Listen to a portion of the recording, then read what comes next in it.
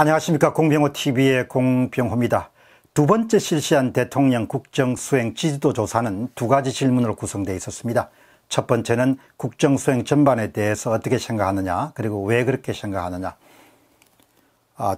제2의 여론조사 결과는 다음과 같았습니다. 8월 13일부터 14일 날 실시가 됐고, 잘못하고 있다가 1751명으로 82.82%, 약 83% 정도를 차지했습니다.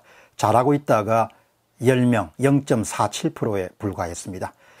앞에서도 말씀드렸다시피 이번 여론조사 결과는 공병호TV를 방문하시는 분을 상대로 했기 때문에 정치적 성향은 좌편향이라든지 아니면은 대통령을 지나치게 추종하는 그런 사람들과는 거리가 있는 분임을 여러분 염두에 두시고 이해를 하시면 좋겠습니다.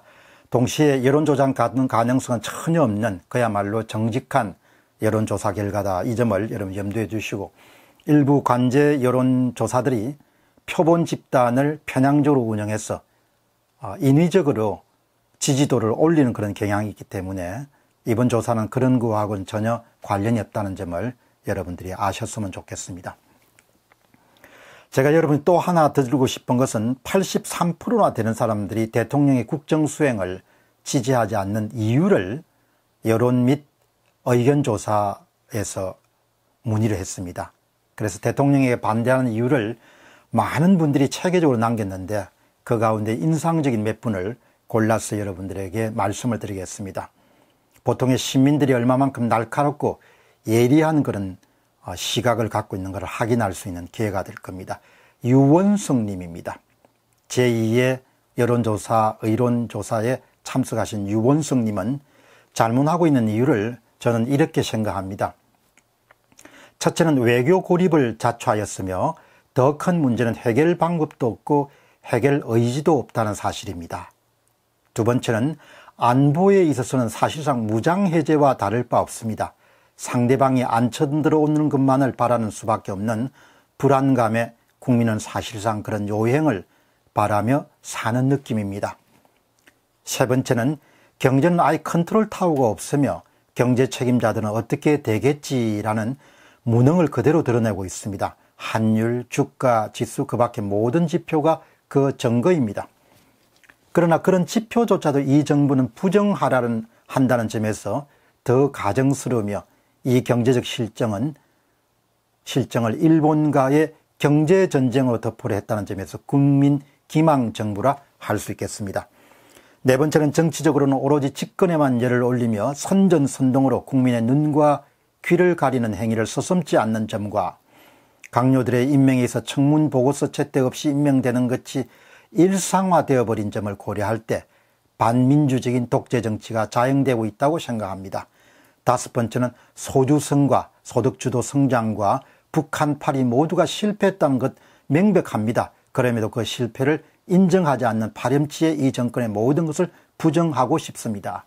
유원석 님이 제2회 국정수행 지도조사에서 응답한 내용입니다. 두 번째는 박현민 님입니다. 박현민 님이 자신이 국정수행 지지도를 지지하지 않는, 반대하는 이유를 설명했습니다. 현 정부를 보면 각주국음이라는 한자 성어가 생각납니다. 경제, 정치, 외교 모두가 융통성이 없고 현실에 맞지 않는 낡은 정책만을 고집하면서도 자신들의 주장이 옳다고 여기는 정부의 모습을 보면서 안타까울 뿐입니다. 개인적으로 20대 청년인 저로서는 앞으로의 미래 대한민국이라는 나라가 심히 걱정스럽습니다. 단적인 예로 지금 풍요롭게 쓰고 있는 복지 재정이 나중에 엄청난 빚으로 돌아올 것이며 대한민국이 베네수엘라나 그리스처럼 되지 않을까 무섭습니다. 대한민국을 이끌어갈 대통령, 국정 수행하는 모든 분들이 말로만 국민을 위한다고 이야기하시는 것이 아니라 현실적으로 국민을 위한 길이 무엇인지 생각하고 행동하는 정부가 되었으면 좋겠습니다. 박현민님, 20대라고 밝힌 박현민님이 내가 대통령을 지지하지 않는 이유입니다. 세 번째, 정혜수님입니다. 정혜수님이 문재인 대통령의 국정수행을 지지하지 않는 이유를 이렇게 이야기합니다. 국민의 창의성을 말살하는 정책입니다. 정부의 기능을 세분화하여 국민의 복지가 우선이라고 하는 가치 아래 국민은 자신을 위해 노력하고 해야 할 일에 둔해지고 있으며 주 52시간 제한적 근로시간 규제는 국민 개개인이 보다 더 노력하여 자신의 주변과 가족을 위해 행복을 추구하고자 함을 강제로 억제시키고 있음입니다. 이렇게 또 답을 합니다. 네 번째는 계룡산 암용추님입니다. 계룡산 암용추님이 문재인 대통령의 국정을 지지하지 않는 이유는 이렇게 이야기합니다. 자기 개인의 사상을 국정에 적극 반영해서 사회주의로 가고 있으며 경제와 안보에 매우 중요한 한미일 동맹을 의도적으로 불신하게 만들어서 파기 수순을 밟아 고려 연방주를 몰아가고 있습니다.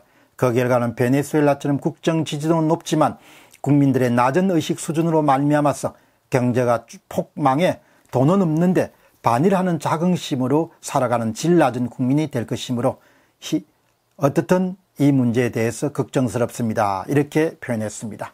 다섯 번째는 정영수님입니다. 주식 등 경제가 폭망하고 있습니다. 소득주도 성장론, 52시간 근무제, 탈원전 등의 폐해가 이루 말할 수 없음에도 불구하고 도저히 이해하지 못할 정책을 망국의 길로 가는 길입니다. 말만 하면 북한과의 평화공존, 국민 모두가 바라는 것이지요. 그러나 퍼주기와 북한 대변인의 행태는 북한의 대남 협박이 극도에 이르고 있습니다. 경제, 외교, 안보에 관해서는 하는 일마다 실정은 우리를 다시금 굶주림의 50년 전 시대로 회귀하는 것 같아서 불안합니다. 손무희님입니다. 국내의 모든 정책이 국가를 발전시키고 국민을 잘 살도록 하는 게 아니라 모든 것이 퇴보하는 방향으로 집행되고 있습니다. 정치는 자유민주주의를 후퇴시키고 경제는 자유로운 시장경제제도를 파괴시키고 있으며 사회문화적으로는 분열과 갈등을 조장하고 있습니다. 또한 국민의 안녕과 생명을 지켜야 하는 국방은 적 앞에서 스스로 무장해제하는 웃지 못할 상황을 연출하고 있습니다. 만약 이러한 상황이 계속된다면 앞으로 이 나라 모습과 국민의 삶은 어떻게 될지 사회 구성원을 한 사람으로서 매우 걱정스럽습니다. 문 대통령이 말한 지금까지 경험하지 못한 나라가 혹시 하향평준화된 국가 사회주의 체제는 아니겠습니까? 이렇게 나라 걱정을 하시는 분들이 많고 이런 걱정 때문에 문재인 대통령에 대한 지지도를 자신은 철회한다 이렇게 이야기를 하고 있습니다. 아무튼 한국의 보통 시민들이 갖고 있는 위기감, 불안감, 걱정, 우려 이런 부분들을 나라 일을 하시는 분들이 잘 수렴해서 국민들이 생업 현장에만 종사하고 나라의 앞나라에 대해서는 크게 걱정하지 않도록 그렇게 해주기를 바라는 마음 간절합니다. 공병호TV의 공병호였습니다. 감사합니다.